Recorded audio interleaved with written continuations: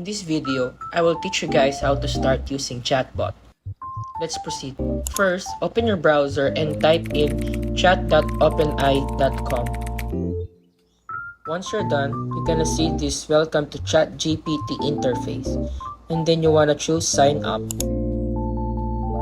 And you have options. Continue with Google or continue with Microsoft account. Log in your Google account. Once you log in, this is the ChatGPT interface.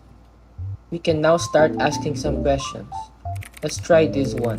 Tell me about 5 facts about dogs. Just wait for a few seconds and your question will be answered.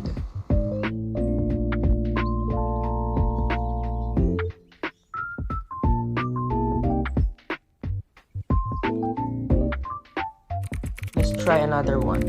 Are dolphins friendly?